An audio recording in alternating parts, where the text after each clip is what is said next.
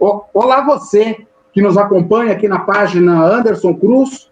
Continuamos aqui as nossas lives de prestação de serviços à comunidade de interesse a todos vocês que são aqui da cidade de São Paulo, do estado de São Paulo e principalmente do Brasil, com temas que envolvem assuntos,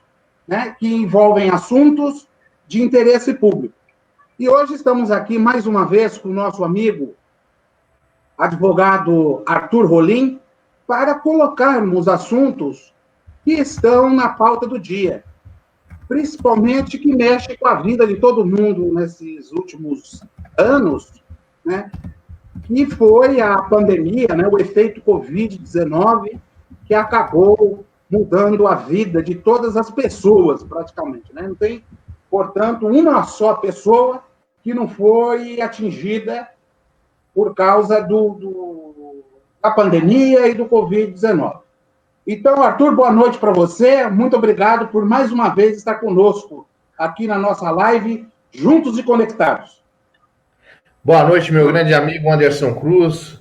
Boa noite a todos que participam dessa live. Sejam todos muito bem-vindos em mais um encontro aí para debater em alto nível as grandes questões do nosso país. Obrigado, Arthur. Só para esclarecer aqui as pessoas, né? Por que nós estamos falando hoje de direitos trabalhistas na pandemia? Uma série de pessoas nos perguntam, né, até pelo exercício da nossa profissão, né, quais são as situações que implicam a relação entre empregado e empregador nesses últimos tempos. Então, trouxe aqui o amigo, o colega Arthur Rolim, que é um militante na área do direito trabalhista, para explicar para as pessoas, né, como que está funcionando essa dinâmica através dessa legislação de emergência, assim podemos colocar, dos direitos trabalhistas, né? Então, Arthur, conta para a gente, em rápidas palavras inicialmente, esses efeitos das medidas provisórias que realmente alteraram essa relação entre empregados e empregadores. Bom, Anderson, no processo legislativo brasileiro, a medida provisória, ela é que a Constituição autoriza o Poder Executivo a legislar, né? E o Poder Executivo, que tem a função típica de administrar, a Constituição confere a ele uma autorização atípica para que ele possa legislar. Isso tem que acontecer, no caso da medida provisória, em caso de relevância e urgência.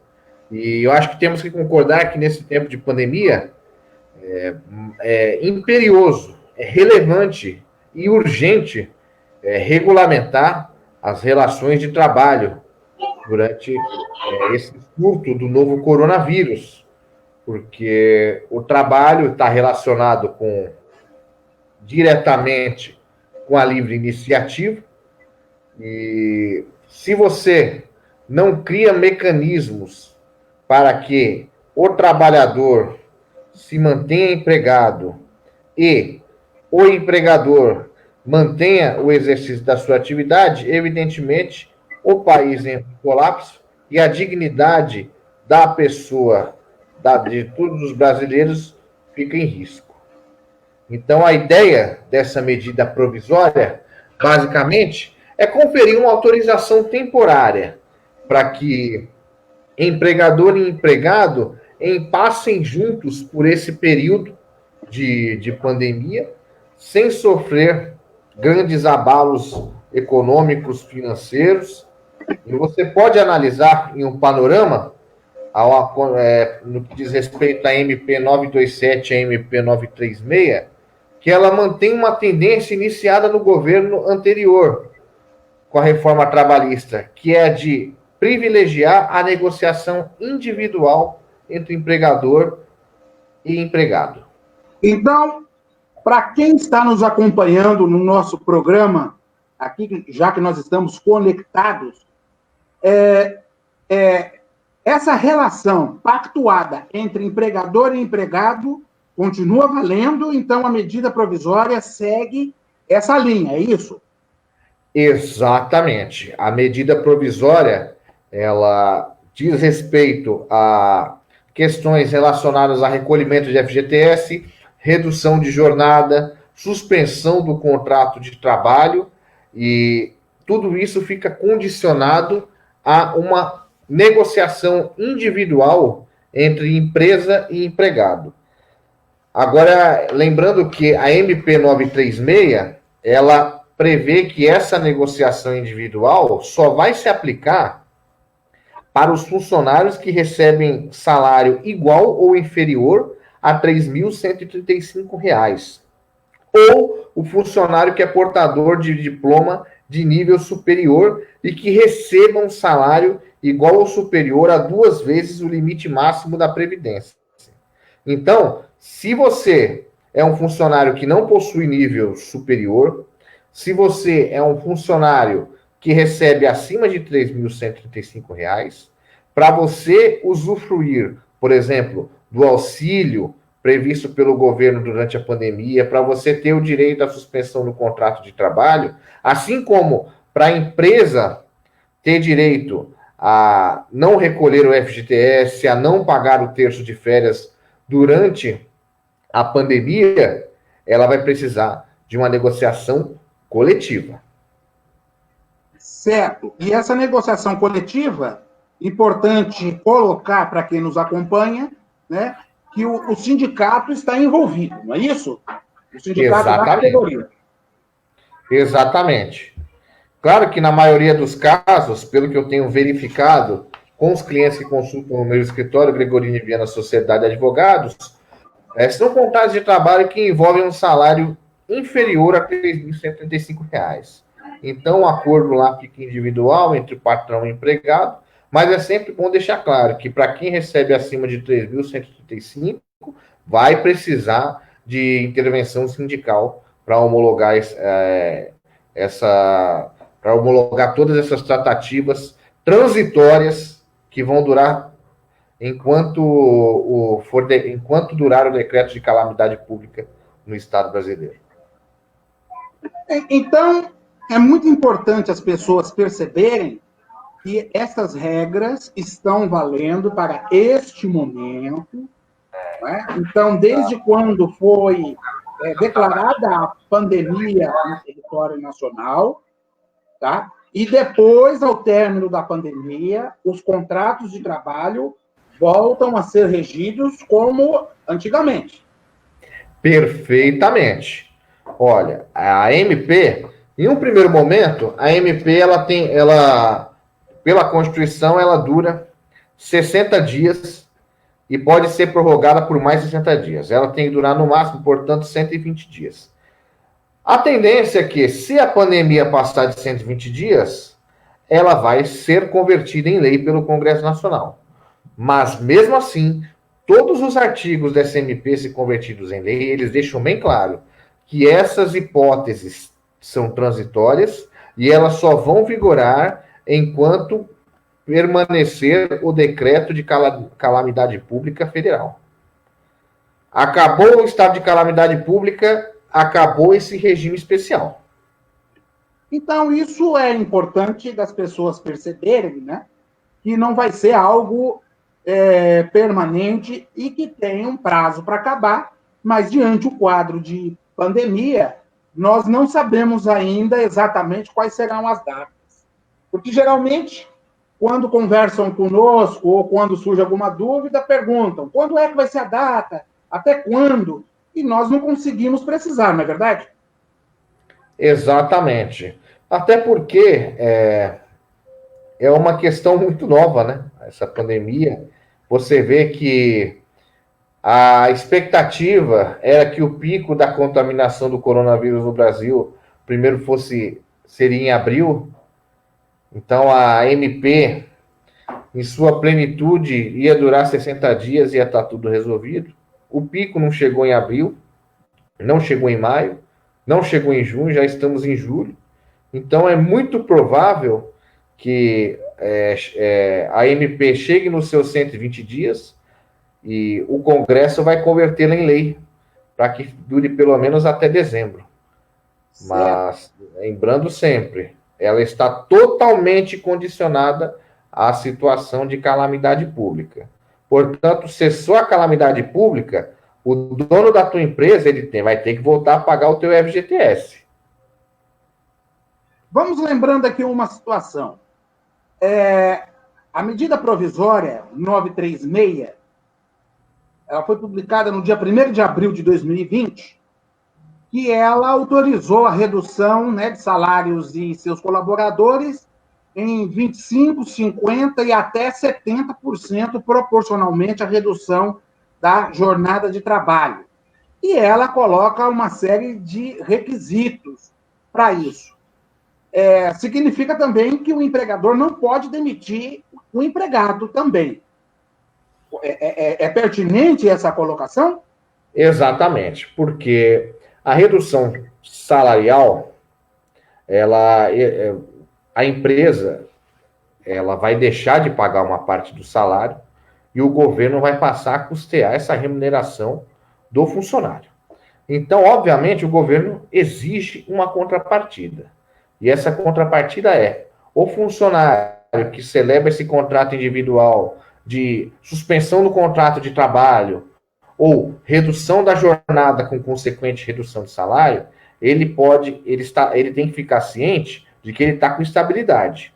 Quanto tempo dura estabilidade? Pelo mesmo período em que durar a suspensão do contrato de trabalho ou a redução do contrato. O que isso significa, Arthur? A empresa fez um acordo comigo de redução de jornada e redução de salário por 60 dias. Findo isso, eu vou ter 60 dias de estabilidade. Eu voltei a trabalhar, eu retomei a minha jornada habitual, só vou poder ser demitido depois de 60 dias contados do meu retorno. Então, é importante colocar para quem nos acompanha que existe uma garantia provisória no emprego. É isso? Exatamente. A contrapartida para o governo custear o salário de todas essas pessoas que vão ter o contrato de trabalho suspenso, que vão receber uma espécie de seguro-desemprego, inclusive, é que a empresa vai poder mandar embora nenhum funcionário que estiver nesse regime. Então, é importante, né, que as pessoas entendam que esse momento, apesar da dificuldade econômica, também ampara ao empregador que não arque com todas essas despesas, ao contrário do que se coloca, porque parece que o empregador vai arcar com tudo e o governo não vai ter a sua parcela de responsabilidade nesse momento. Então, significa que para a empresa tenha esses benefícios, deverá seguir as normas da medida provisória, não é isso? Perfeito.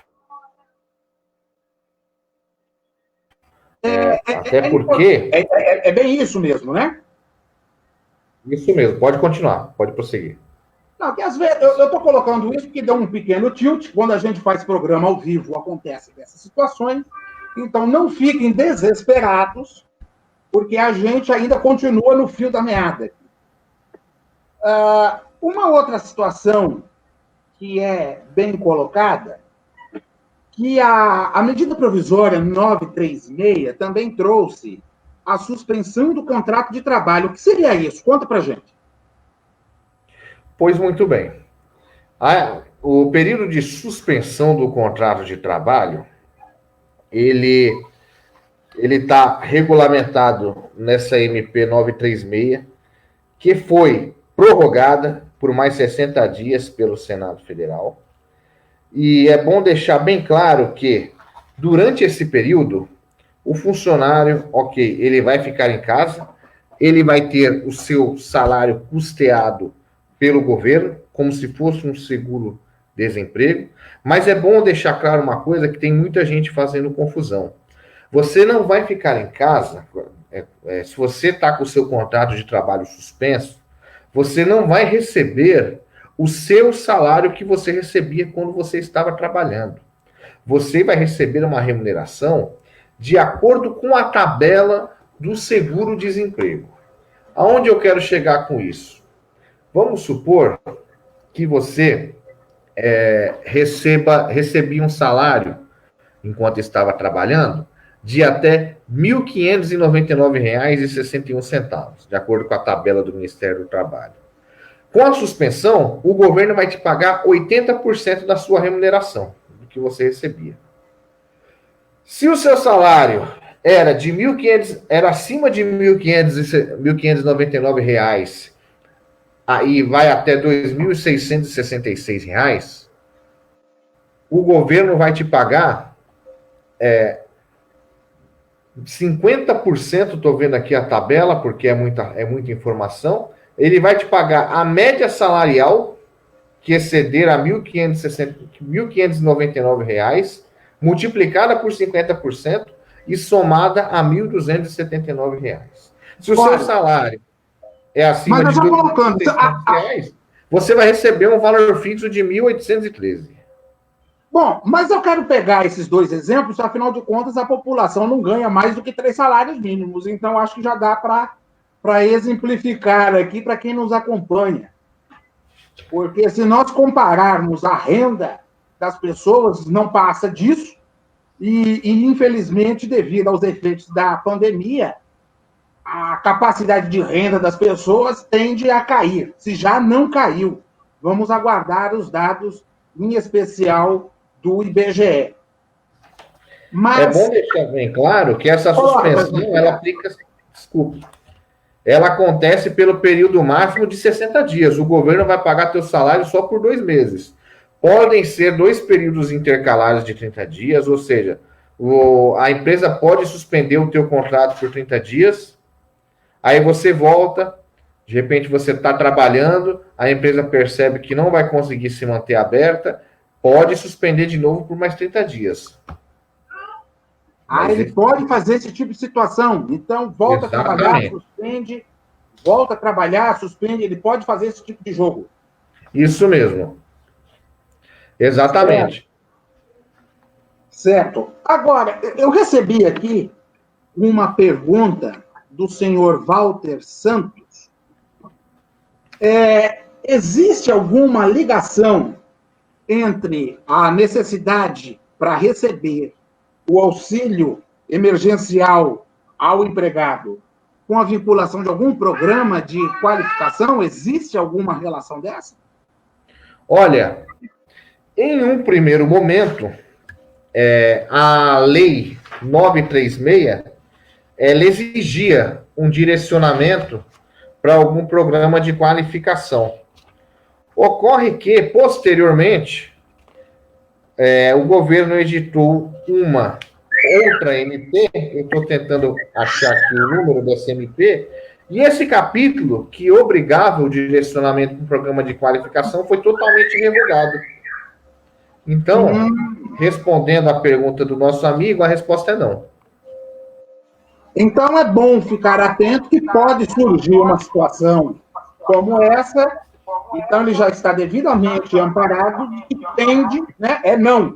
Né? Então, nem entende, é não. Então, a resposta é essa. Eu também tenho uma Exatamente. A MP 927 previa isso, só que logo em seguida que a MP 927 foi editada, o governo editou a MP 929, que revogou o capítulo que tratava desse direcionamento. Certo. Eu recebi aqui também uma outra pergunta do senhor Aguinaldo Antunes a respeito da relação trabalhista nesse período de pandemia. Ele quer saber o seguinte: como que fica a questão do parcelamento do FGTS? Você está a par disso? E parece que surgiram algumas dúvidas nesse momento. Olha, é muito provável que, na hipótese de converter a medida provisória 936 em lei, eles vão mexer nisso ainda. Por quê? Por enquanto, o que está acontecendo? O FGTS dos meses de março, abril e maio de 2020 não precisa ser recolhido e a empresa vai ter até dezembro de 2020 para recolher esse valor, o FGTS desses 3 meses, sem multa, sem juros ou Caso não queira recolher, tem a opção do parcelamento. Ah, então existe a opção do parcelamento. Exatamente. Por enquanto, você vai ter que manifestar a opção pelo parcelamento até dezembro. Mas eu acredito que, com a conversão da SMP em lei, eles vão acabar prorrogando esse prazo para regularização. Então, vamos lembrar a quem está nos acompanhando agora que ainda existem algumas definições, mas que existe a tendência do parcelamento do fundo de garantia. É isso? Exatamente. Exatamente. Você tem a opção, para ficar bem claro, você tem a opção de deixar para recolher até dezembro, sem multa e juros, ou em dezembro você entra com o pedido de parcelamento. Tá, eu estou colocando essas situações de uma forma bem didática para que as pessoas entendam diretamente como funciona essa legislação momentânea, que a medida provisória, neste caso, é para isso. E considerando também que nós não percamos de vista todo o arcabouço jurídico que garanta, ao mesmo tempo, a produção das indústrias, do comércio e do setor de serviços, e, ao mesmo tempo, que os trabalhadores tenham assegurados os seus direitos. Tá? Então, isso é importante colocar qual é esse nosso papel. Existe aqui também uma outra pergunta, tá? Do senhor... Espera aí.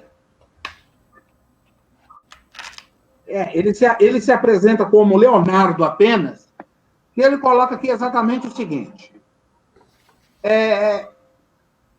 Minhas férias estavam marcadas para o mês de junho e acabaram sendo antecipadas para abril. Existe alguma compensação nessas questões de férias, conforme a medida provisória, Arthur? Olha, infelizmente não.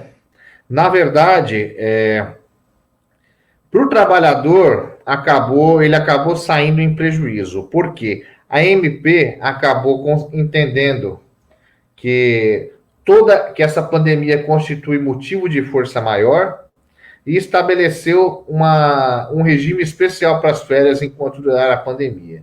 Então, não haverá compensação. E para piorar, eu quero lembrar que, além de você não ter direito à compensação pela antecipação das suas férias, a empresa pode ficar sem recolher o seu terço de férias. Ela não precisa pagar esse terço constitucional de férias se antecipar o seu descanso. Ela pode deixar para pagar junto com o seu 13º lá em dezembro. Mas aí é o seguinte, se não houve esse recolhimento agora, então significa que a empresa pode recolher lá na frente. É isso? Exatamente. Exatamente. Além de poder antecipar as férias sem ter que prestar qualquer forma de compensação para o trabalhador, a empresa tem o direito assegurado nessa MP, na MP 927, o direito de não pagar o terço de férias 2 dias antes do gozo, do início do período de gozo. Pode pagar até o mês de dezembro, junto com o 13º. E, na sua avaliação, você acredita que haja alguma alteração legislativa nisso?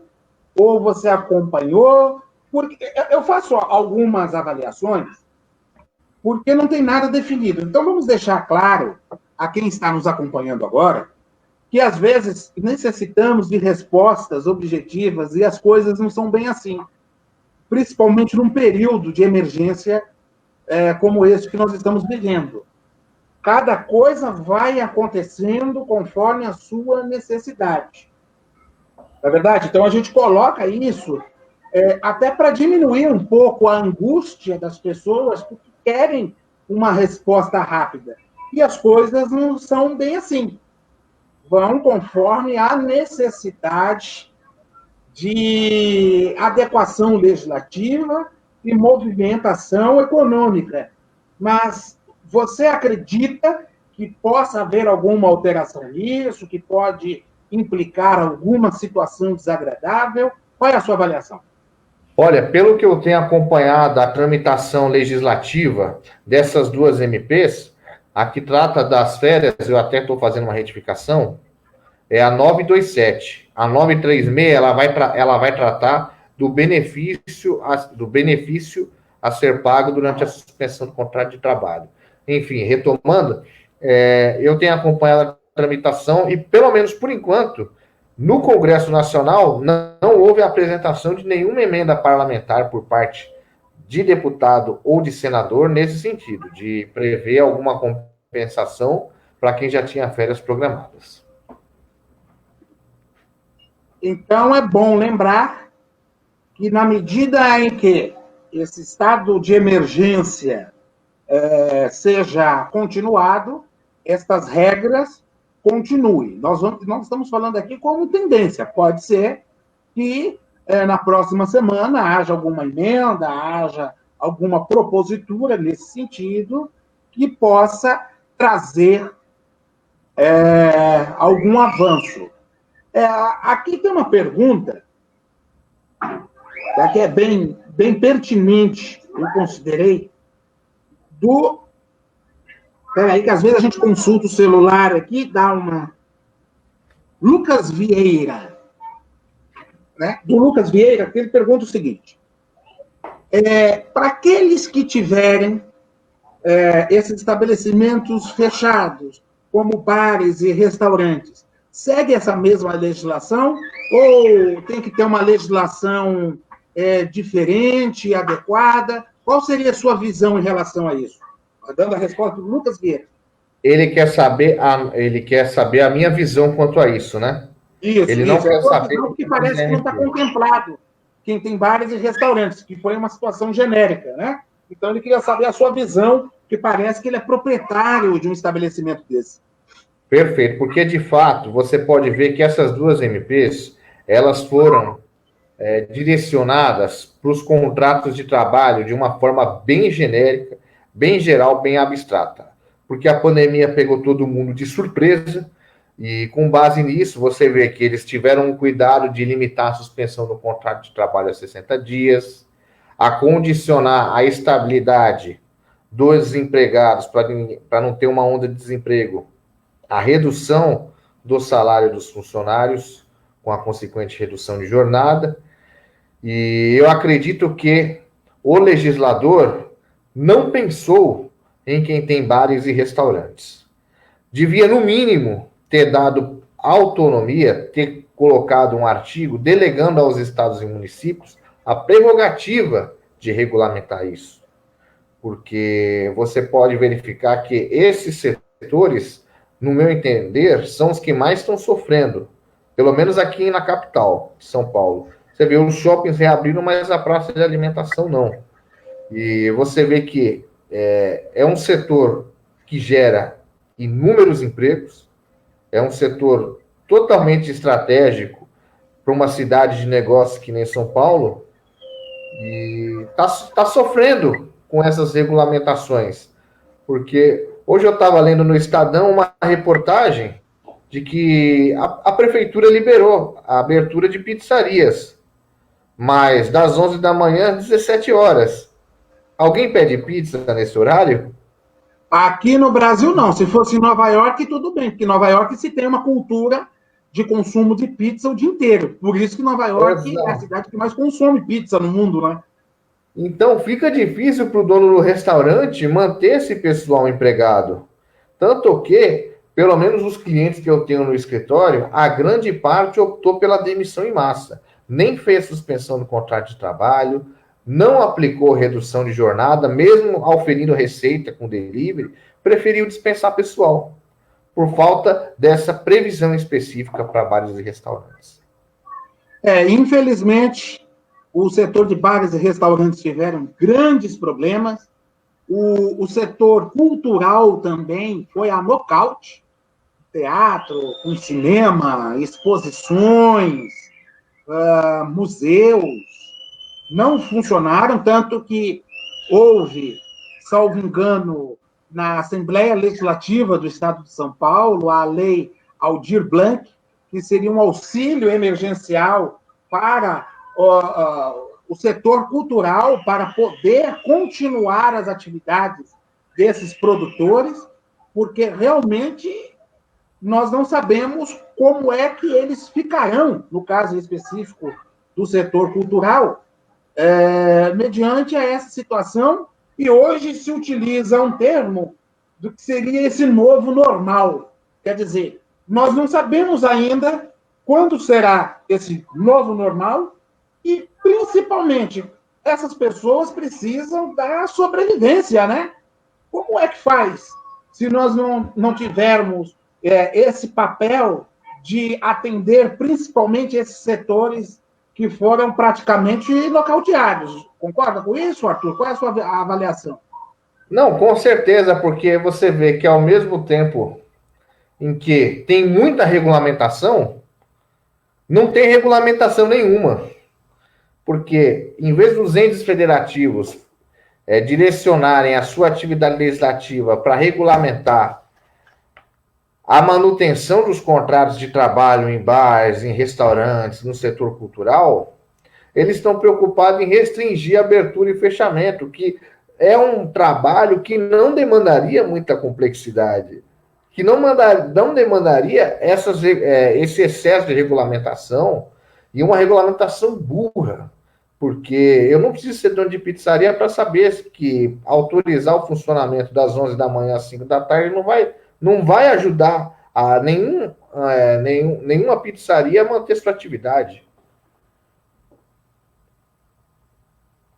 E nós percebemos também essa dificuldade, em específico, dos bares e restaurantes, do setor de entretenimento, que se inclui também atividades esportivas, torneio de futebol, de vôlei, basquete, que haja essa restrição. Quer dizer, principalmente para os pequenos produtores culturais, os pequenos gestores esportivos, que nós estamos falando aqui de um setor específico, estão sofrendo dramaticamente com a suspensão dessas atividades. Quer ver um outro setor que até agora também eu não escutei nenhuma movimentação, dos setores de academias, por exemplo. As grandes redes, até elas têm já uma estrutura que elas conseguem suportar um período, mas existem pessoas que são proprietários daquela academia de bairro, que estão com as portas fechadas, que estão pagando o aluguel do imóvel, a folha de pagamento, e também não se tem nenhuma solução. Quer dizer, se privilegia aqueles setores que praticamente que se comanda a economia, tá? O setor industrial, por exemplo, mas se esquecem daqueles que lá na ponta geram renda, que são aquelas empresas que têm 4, 5 funcionários, no caso aqui que nós estamos falando, das academias, eventualmente dos produtores culturais. Quer dizer, tem muita coisa ainda em aberto, né? Não, sem dúvida. Você falou de academias. Você sabe que hoje não, sempre, a academia pode ser de bairro, ela precisa de um profissional de educação física. Como é que eu suspendo?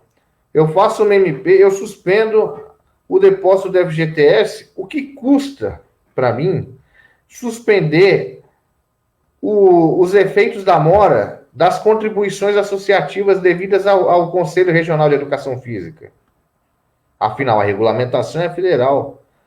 O governo teria autonomia. Eu não estou falando para isentar o profissional de educação física de pagar a sua mensalidade. Eu estou falando simplesmente para isentá-lo de pagar juros, isentá-lo de pagar multa. Ele não está ganhando nada. Inclusive, com a reforma trabalhista, esses estabelecimentos eles precarizaram os seus contratos dos seus colaboradores. Tem muita academia que eu conheço aí que não tem funcionário CLT. A maioria é tudo MEI, que entrega nota fiscal no fim do mês, e que quando a academia teve que fechar por conta da pandemia, o dono olhou para todo mundo, para o professor de jiu-jitsu, para o personal trainer, e falou, olha, até mais. tchau e um abraço. Então, infelizmente, eu tenho muito a lamentar pela falta de técnica legislativa dos nossos governantes, porque demonstra uma imensa falta de conhecimento da realidade. Além de falta de conhecimento da realidade, a falta de sensibilidade, a falta de empatia. Tá? A empatia é se colocar no lugar do outro, porque a função do Estado, para que a sociedade constituiu o Estado? Para que o Estado regule as relações entre pessoas e busque o bem comum, pelo menos aquilo que se coloca academicamente. E nem isso eles avaliam. Sabe por quê? Porque hoje se criou uma cultura que a administração pública tem que ser conduzida por CEOs políticos, por gestores. Nós somos apenas um número do RG, o número do CPF, o número da contribuição ao INSS. Mas nós não somos consultados, nós não somos envolvidos para colocar a nossa realidade, que significa buscar esse bem comum para todos aqueles que produzem, que empregam, que trabalham, sustentam as suas famílias. Isso que a gente lamenta. Não é isso que acontece? Quer dizer, apenas ficam presos a um tecnicismo legislativo, tá? De obedecer a alguns setores, até corporativos, que forçaram a reabertura da pandemia, resolvendo o problema deles, o resto que se dane. Ou seja, como diz o ditado popular, a farinha pouca, meu pirão primeiro. Então, isso é lamentável.